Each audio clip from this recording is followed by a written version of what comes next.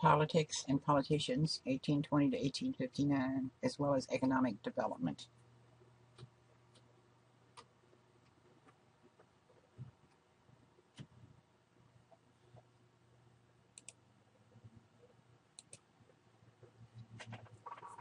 By 1820, we're starting to see new political parties. Originally, we had no parties, and then we just had the Federalists and the Anti-Federalists, as I explained earlier. The Federalists were led by Washington and Adams and were for strong federal government, but now they're gone. And this new party called the Whigs has been organized primarily to go against Andrew Jackson. But they were mainly for local issues, but they did like Henry Clay, and Henry Clay liked what they were saying, and he was very nationally known. One of the things about Henry Clay is he proposed something called the American system. And the American system was going to use protective tariffs to protect our own industries here and take the money that we gain from that to use for internal improvements. He also thought we need to enlarge our national bank system to help shore up our economics. And he disliked slavery, although he did own slaves. He's what you call a pragmatist. He couldn't do anything about it because it was the law. Now, our state, and the first few pages of this chapter deal primarily with the economics of our state. And unless you are an economist or you're really interested in the finances of our state, it can be very confusing. So we're going to spend very little time on that, just this little bit. Just to know that there was a lot of personal debt as well as state debt. There were arguments over how to handle the debt, and banks were opening and closing. There'd be court cases, rule one way, a new court would come in and rule another way. A new political party emerged very briefly, very short-lived, called the Relief Party, going to give us some relief. And there was even an attempt to oust the entire government and court system. So things are going on badly in our state financially because the entire country is kind of in an economic downturn. So instead of spending time on economics, since this is a history class, I'm going to introduce you to some people who have been our governors or who will affect us in history one way or the other. And the first governor I've mentioned is Governor Joseph Dasha. And the reason I mention him, he's a very interesting man. While he was governor, his son was arrested, tried, and convicted, and found guilty of murder and sentenced to death, and he pardons him. He also got into a disagreement with the president of the Transylvania University and forced him to leave. But during his governorship, he had nothing to do with it. It just happened to happen on his tour of duty. The economy starts improving, and prosperity starts returning to our state. And the situation starts to settle down. There's not so much focus on lack of funds. Now, Andrew Jackson is not from Kentucky, of course. He's from Tennessee. But he's going to affect our politics in a lot of ways. Now, he's the original Democratic Republican following along with Thomas Jefferson. He didn't like big business. Along with Jefferson, he thought everybody should be self-sufficient, own their own farm, have small towns. He didn't like big business at all. And the last thing he wanted was the government to interfere in private business. He was a strong believer in states' rights.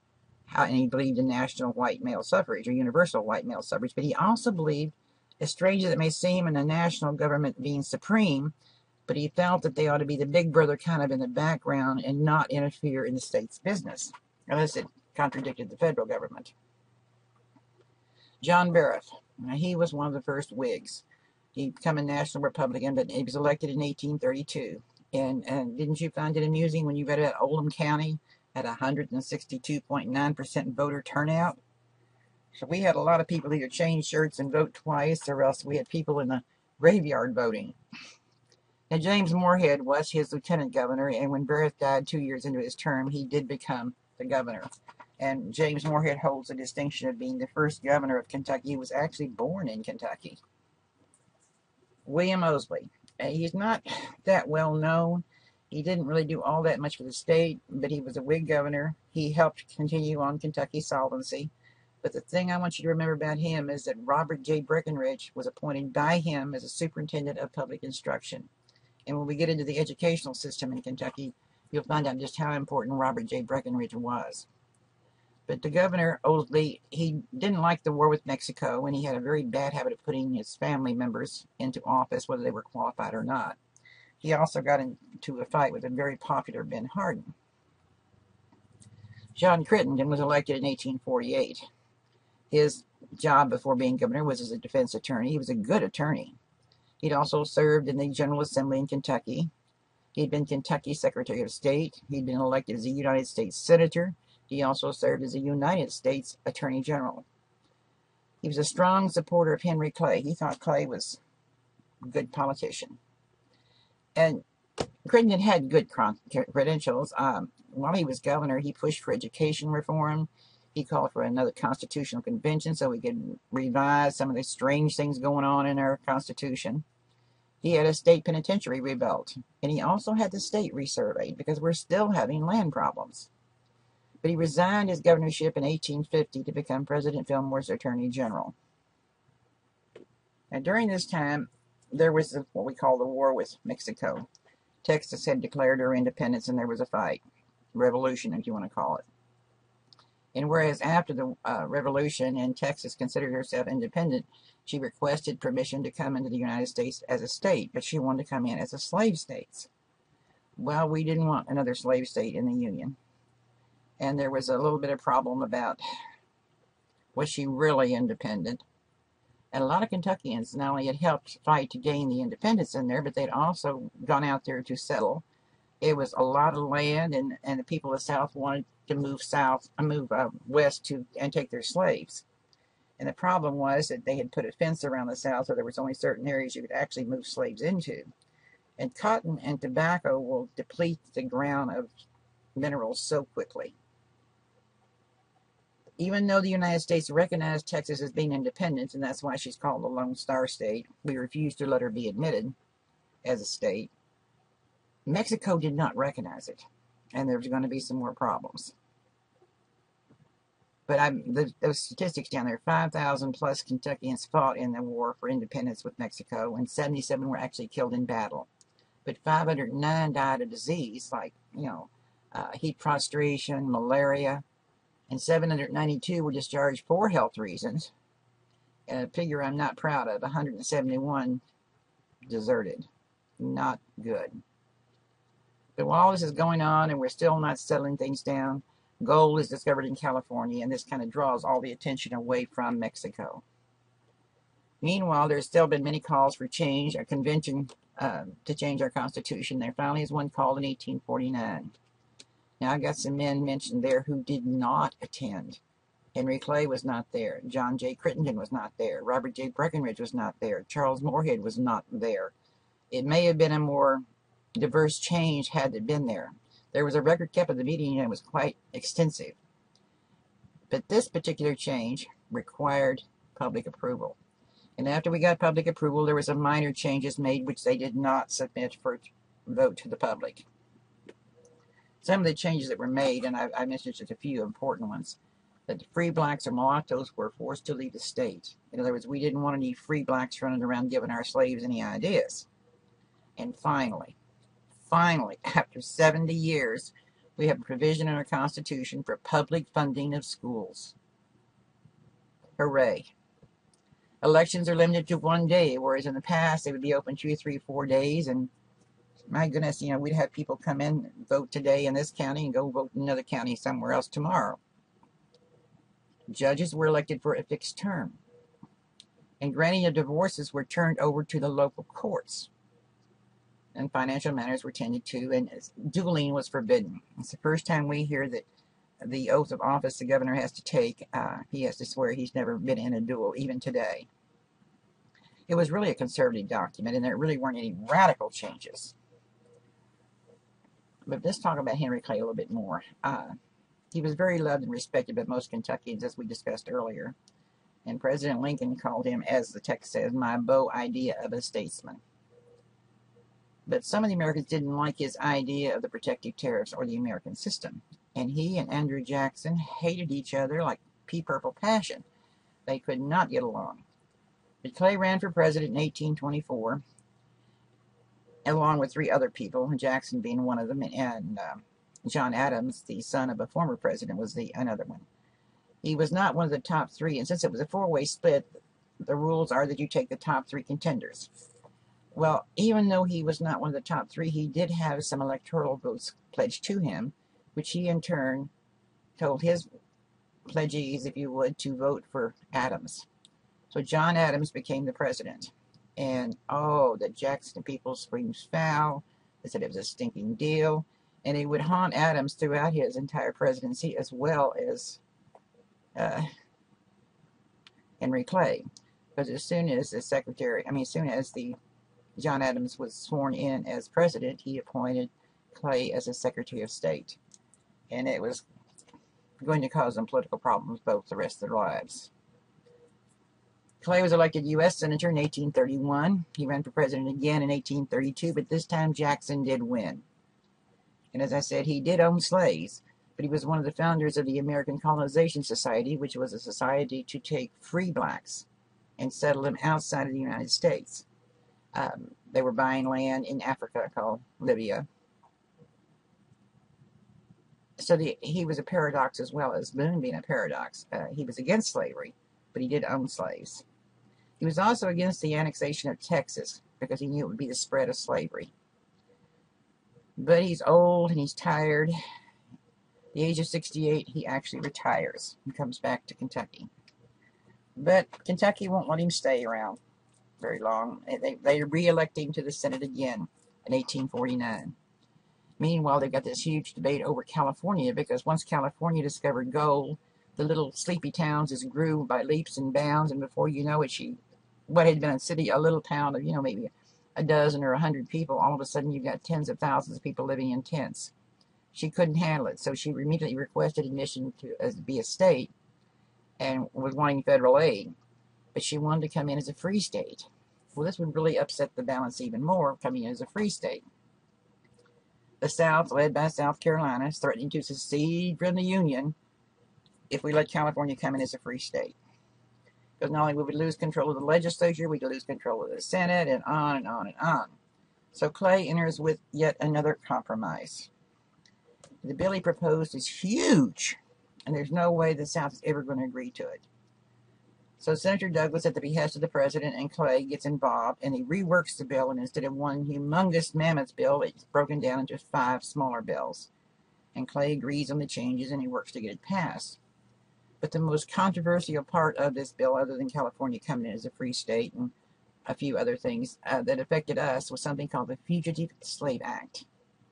Now, this country has had Fugitive Slave Acts since day one. However, this was going to be a federal law, which means the federal government's going to back it up. We'll get more into that in the next chapter. He then makes his will, which frees his slaves on his death, and he died on June 29, 1852. And the irony is the entire golden triumvirate of Webster, Calhoun, and now Clay, the voice of the South, the voice of reason, and the voice of the North, they're going to all be dead before the Civil War ever starts. And it's been much debated among historians, had Clay lived and been well enough, could he have prevented the Civil War again? Meanwhile, the Whig Party starts falling apart, because their main concern had been going against Jackson in the first place. So this new party that's going to take its place is called the Republican Party. It's a brand new party just formed in the 1850s, very anti-slave. In 1859, 56, the Democratic Party holds on to Kentucky, and John C. Breckinridge, our most famous Kentuckian, is elected a U.S. Senator. And we've got something called the Know-Nothings Party. Now, this party, it reminds me a great deal of the Shakers of California, of southeastern Kentucky.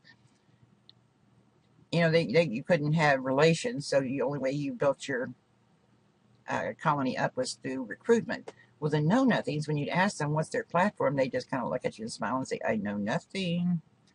But they were very much against Catholics, against foreigners, against blacks. If you weren't 150% born in America, you were trouble. A lot of the former Whigs had joined, and as strange as it seems, they captured both houses of Kentucky in 1855. They were very definitely pro-slavery. But in 1855, they started the rumor that the Catholics were going to try to take over the government. And in an attempt to keep what they called undesirables from voting, there was a riot. August the 6th, 1855, and 22 people were killed. They even attacked the white police chief. Hundreds of thousands of dollars worth of damage was done. It's called Bloody Monday, something we're not too proud of. Meanwhile, Governor Morehead, who was a know-nothing, elected governor. He reorganized Transylvania University. He actually got the Kentucky State Agricultural Society started in 1856, which is going to be the groundwork for the University of Kentucky. He gets the state to provide funds for a new state fair. He improves and expands our penitentiary system. And by 1857, the Know-Nothing Party is dead. It was kind of like a flash in the pan. It was strong for a couple of years, and then it died. And it leaves the Democrats in control of Kentucky's government. And a man named Burris was elected governor in 1859.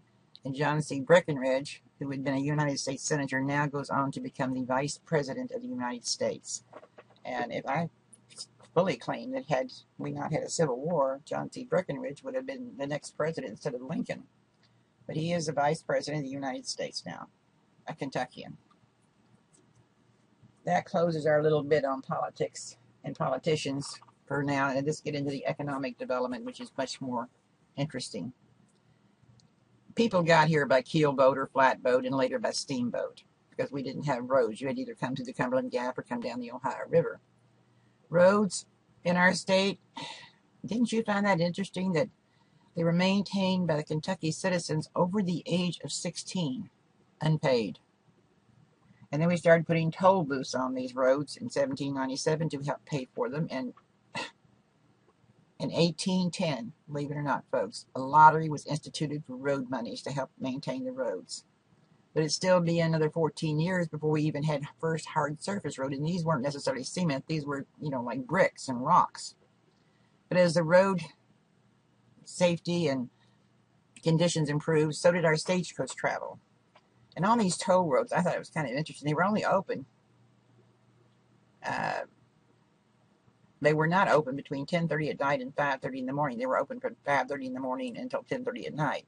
And everyone had to pay except a funeral procession. And it even got to the point some people would pretend to be a funeral procession when they weren't. But the steamboat, once a steamboat came into being in 1811, they would go from Lexington to New Orleans, and we had boat races. They traveled, sent freight. They had passengers. The Ohio and the Mississippi were the most traveled rivers, of course. They were the largest. But the Green and the Barren were traveled, but they were dangerous. And they even had to hire local people to keep them clear to let the steamboats up and down. And then they built a series of locks and dams to help control all our streams and rivers. But from Bowling Green to Evansville was kind of a semi-regular run. And your text mentions that during the Civil War, the Green River Valley, I don't know whether the Green River is, was what they call no man's land, because the locks and dams were targeted by Confederates continually. But this time, our steamboat travel had already peaked 10 years prior to that time, because we're starting to think of something called railroads. And Lexington got the charter for the railroad back in 1830 with Henry Clay as chairman, very into everything, right? And the Lexington to Louisville Railroad was completed in 1851. Oh, there was all kinds of plans put forth, and everybody had an idea, but the biggest problem was lack of funds. But it's going to be the L&N, the Louisville and Nashville Railroad, that's going to be the most successful in our state. Meanwhile, just as a point of interest to remember this, the bridge over the Green River at Munford was the second longest iron bridge in the entire United States, and that bridge and that river at Munford is going to come up during the Civil War. But by 1860, as the war began, we had over 597 miles of railroad track in our state. Well, what about agriculture? I think your text says they figured you could clear 3 acres of land for planting during the winter. Now, our first crops in our state, of course, were corn, hemp, tobacco with fruit trees. And in the beginning, women did work in the fields with the men. Later on, as she had children, of course, she was unable to be out in the field too much. So by the late 1870s, coming into this area, women were not so much in the fields. They used the children for help. And that's the main reason we had children, was not because we loved the smell of baby's powdery smell or because we wanted to have someone to leave something to. We had children to help us in the fields and girls to help us in the house. And if you could, I'm not saying average Kentuckian, that the Kentuckians who owned slaves, and now this was not the average Kentuckian, but of all the Kentuckians who owned slaves, the average Kentucky slave owner only owned 5 slaves. We didn't have those great big plantations like they had in the movie Gone with the Wind. And usually these 5 slaves would consist of a husband and a wife and a couple of kids. Now, surpluses that we grew in Kentucky, I've got listed: tobacco, hemp, cloth, maple sugar, bacon, ham, eggs, butter, hides, apples, and whiskey. But we weren't exporting a lot. Now, hemp, well, in the beginning it was used as sailcloth for bagging, for floor coverings, for rope. And then all of a sudden, the island started producing hemp a lot cheaper than we could and began exporting it, and we lost our market. So the demand's gone, but you have to find something to fill the void, so enter tobacco. And tobacco even became a medium of exchange. You would use a hogshead of tobacco for something. And Virginia most of the time was #1 in tobacco production, but during the Civil War, Kentucky became the first. And Louisville, a big producer of chewing tobacco, snuff, cigar tobacco, and pipe tobacco. We haven't got professionally rolled cigarettes yet. Now, the first settlers to Kentucky, of course, brought their horses and their cattle, their hogs, and their sheep in, because especially in the bluegrass area, the grassland was so good for cattle and horses. But we even had cattle drives where we would drive cattle back to Virginia through the Cumberland Gap once we had the Indian problem taken care of. And I don't know if you realize this or not before you read it in the text, but Kentucky has the distinction of being the largest cattle-producing state east of the Mississippi. Oh, we cannot compete with Texas. And horses early were necessary. You had to have them for work, travel, and pleasure. And that's one of the reasons that if you stole a horse, you could be hung, because you were stealing not only a man's livelihood, but his chance for saving his life if an Indian attacked.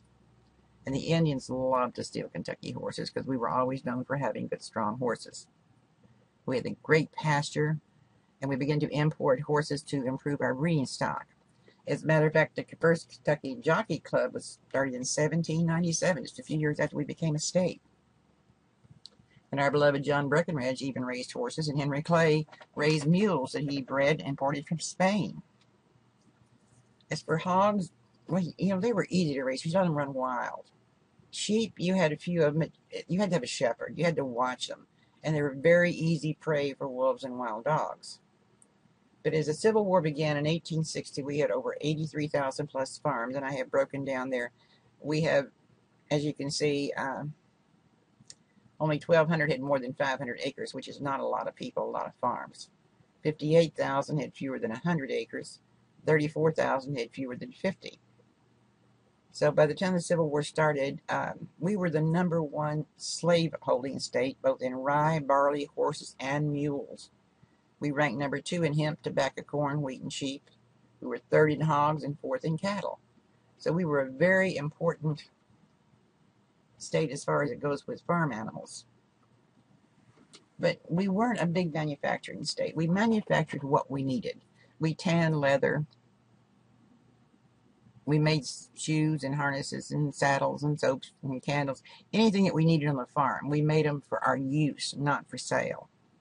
They ground grains down, and they mined salt.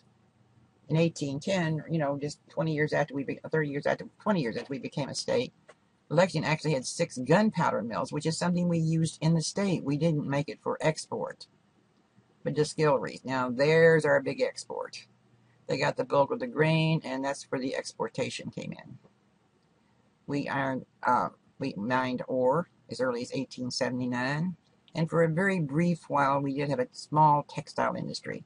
But we were never, as I said, never known as a manufacturing state. Coal is going to become our biggest commodity for export. Lumber for a while was going good. And then we had those rumors of gold mines up in the mountains in Appalachia. All kinds of lost mines. We even have the story, which I will tell you during the Civil War, of a man who bought a supposed lost gold mine in Kentucky. But none that we ever knew for sure about. They discovered oil in 1819, but the oil industry never did catch on that big here in our state. So commerce came slowly to Kentucky. We've got tobacco and whiskey that we export. We do trade with the North because of the railroads. And banks were started and failed to get in our state because we have periodic what they call economic ups and downs. But didn't you find it interesting that banks were actually issuing their own banknotes? So because lack of this, what we call a sound money situation, it causes substitutes, which means barter, handshakes. Promise you I'll pay you later. I'll gladly repay you next Tuesday. We had money problems, or should I say lack of money. Because up until 1850, the property taxes were very small, but then our expenditures were small. We had the penitentiary we had to take care of, and we had the official salary, but we didn't have a lot of money for education. We didn't do that much internal improvements. And the property values had been assessed very, very low. So they instituted lotteries again to raise funds. Doesn't this sound like the same song, third verse of our current governor?